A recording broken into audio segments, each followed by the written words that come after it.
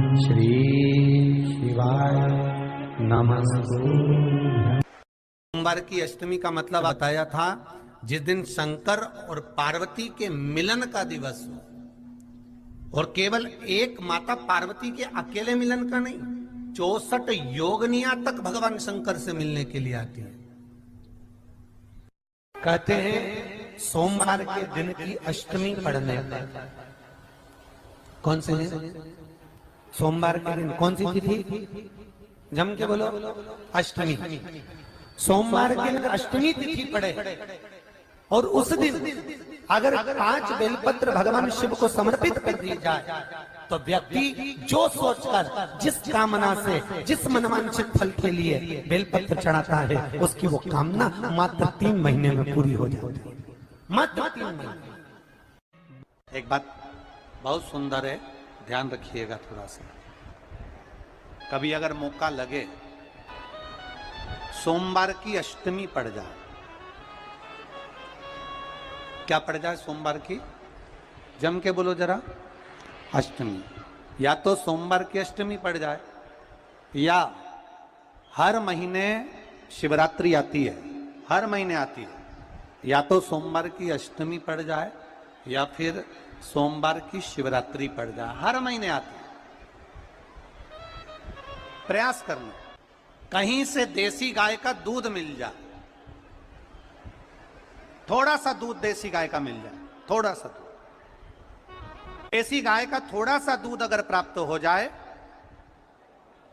बेलपत्री के पत्ते से दूध कटोरी में लेकर, मात्र बेलपत्री के पत्रे से एक एक बूंद अगर दूध, आप एक बूंद अगर ज्यादा ना मिला हो, 1 चम्मच भी अगर आपको दूध देसी गाय का मिल गया हो, और सोमवार की अष्टमी पड़ जाए या सोमवार की, जम के बोलो, शिवरात्रि पड़ जाए, उसमें केवल अगर देसी गाय का दूध मिल जाए, जर्सी गाय का नहीं हो, देसी गाय का अगर दूध मिल जाए, बेलपत्री के पत्ते से, तुम्हारे घर के अंदर अगर शिवलिंग है या मंदिर में शिवलिंग है या तुम्हारे नजदीक में कोई शिवलिंग है, उस पर बूंद बूंद, एक एक बूंद अगर शिवलिंग पर दूध समर्पित कर रहे हो, श्री शिवाय नमस्तुभ्यम, नमः शिवाय, या षडाक्षर मंत्र ओम नमः शिवाय, या 33 अक्षर का मंत्र महामृत्युंजय मंत्र, इसका स्मरण कर कर शिव जी पर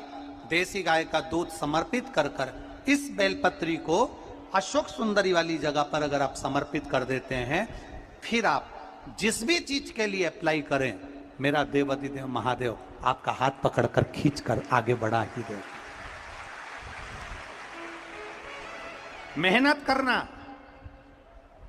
कर्म पूरा करना, पढ़ाई अच्छी करना, और पढ़ाई के साथ में विद्या अध्ययन करने के साथ में, अच्छी मेहनत के साथ में देसी गाय का दूध भगवान शंकर को समर्पित करना, भगवान शंकर को समर्पित करना, देसी गाय का दूध धीरे धीरे धीरे धीरे समर्पित करना, भावों के साथ आप समर्पित करें। देसी गाय का दूध एक एक बूंद समर्पित करें, धीरे धीरे समर्पित करें। और देसी गाय का दूध जब धीरे धीरे समर्पित करें, बड़े रास्ते से, आनंद से धीरे धीरे जब आप समर्पित करेंगे, बेलपत्री वही दूध में सनी हुई बेलपत्र अशोक सुंदरी वाली जगह पर, उस समय पर डंडी का भाग शिवलिंग की ओर नहीं होना चाहिए, उस समय पर डंडी का भाग जहां से पानी बहकर जाता है अशोक सुंदरी की ओर से, वहां पर होना चाहिए। कार्य में सफलता मिलती ही है। शिव तत्व को धारण कर पीला चंदन लगा लेना। कितना लगाना है?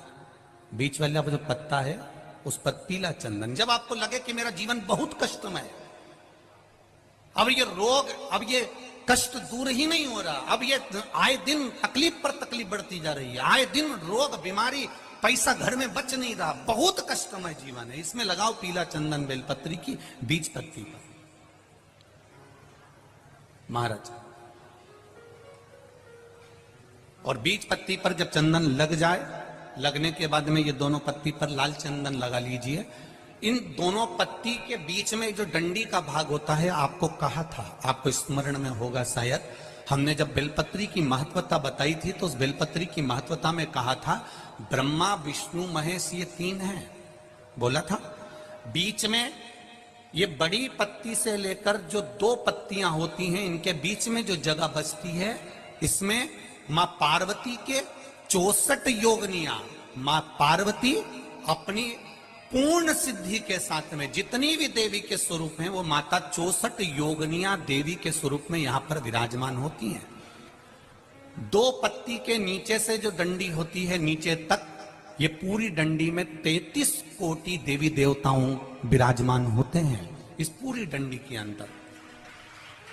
तो ये बीच वाली पत्ती है, ये जो बीच वाली पत्ती का जो भाग होता है, इस पत्ती के भाग में शहद का प्रयोग कर कर, यहां पीला चंदन, लाल चंदन, शहद का प्रयोग कर कर, इसी तरह से पकड़कर ये बेलपत्री की जो डंडी है वो अशोक सुंदरी पर जब आप समर्पित करें तो जहां से जल बहता है उस ओर पर इस पत्ती को चढ़ाकर केवल आपके हृदय की बात कहकर देवाधिदेव महादेव से कोई भी शिव जी का मंत्र, पंचाक्षर नमः शिवाय, षडाक्षर ओम नमः शिवाय, श्री शिवाय नमस्तुभ्यम, या महामृत्युंजय मंत्र, जो शिव का मंत्र हो आपके पास में, उसको बोलते हुए देवाधिदेव महादेव को धीरे धीरे जल की धार चढ़ाना प्रारंभ करो। जल की धार जब पूर्ण होने लगे, उसमें थोड़ा जल बचे, तब अशोक सुंदरी पर जो तुमने बेलपत्र चढ़ाई है वहां उस जलधार को चढ़ाए। ये प्रयोग आपको केवल सोमवार की अष्टमी पढ़ने पर ही करना है। कौन से दिन करेंगे? जम के बोलिए जरा। सोमवार की अष्टमी पढ़ने पर यह प्रयोग करें और जल चढ़ाकर बाबा से विनती कर कर उसी बेलपत्र को वापस उठाकर कहीं जलाशय में या किसी पेड़ के नीचे विसर्जन कर दें और 1 लोटा जल वहां भी चढ़ा दें। बस निवेदन कर कर आ जाइए, मेरा बाबा 3 माह के अंदर हाथ जरूर पकड़ेगा और आपको दलदल से बाहर निकाल देगा। बात और आपसे कहेंगे, उतारिएगा। जिसके शरीर में सफेद चमड़ी पड़ने लगती है, चर्म रोग हो जाता है, या चेहरे पर आंख के पास में पूरा कालापन आ जाता है, उसको हमेशा याद रखना है, लाल चंदन का लेपन पीपल के पत्ते पर करिए। काय पर करना है? पीपल के पत्ते पर लाल चंदन का लेपन करिए। लेपन कर कर सोमवार की अष्टमी के दिन उसको लेपन कर कर वापिस निकाल कर शंकर भगवान पर उसका धीरे धीरे त्रिपुंड बनाकर लेपन करना प्रारंभ करिए। जब आप त्रिपुंड बनाकर लेपन करना प्रारंभ करें, उसके बाद उस चंदन को जो सोमवार की अष्टमी है तब निकाल कर लिया है और निकाल कर लाकर उसको डब्बी में रख लें। उस चंदन का प्रयोग चर्म रोग के स्थान पर थोड़ी थोड़ी मात्रा में करना प्रारंभ करें पानी के साथ मिलाकर, परंतु उस चंदन को केवल 6 से 7 दिन में प्रयोग करिएगा, ज्यादा नहीं। धीरे धीरे चमड़ी, परंतु उसको सोमवार की अष्टमी के दिन सिद्ध कर कर बनाना है। उसको सोमवार की अष्टमी के दिन चढ़ाना है श्री शिवाय नमस्तुभ्यम या ओम नमः शिवाय या पंचाक्षर मंत्र या महामृत्युंजय मंत्र, जो आपको आता हो, शिव जी का जो नाम आपको याद हो उसको बोलकर चढ़ा, उसको लिया, फिर उसको अपने शरीर पर लगाना प्रारंभ करो। उसका फल आपको 15 दिन के अंदर धीरे धीरे धीरे धीरे प्राप्त होना प्रारंभ हो। लाल चंदन का प्रयोग शिव जी के लिए अवश्य। सोमवार के अष्टमी के दिन अशोक सुंदरी वाली जगह, सबको मालूम है ना अशोक सुंदरी की जगह, अशोक सुंदरी वाली जगह पर 7 हल्दी की बिंदी रख दी जाए।